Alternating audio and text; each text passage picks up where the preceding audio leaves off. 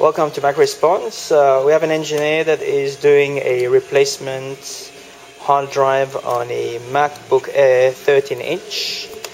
The old hard drive is basically stopped working, machine is not booting up, so this is the drive that's been replaced here. So we will soon find out if the machine is going to be functioning again. Thank you for watching.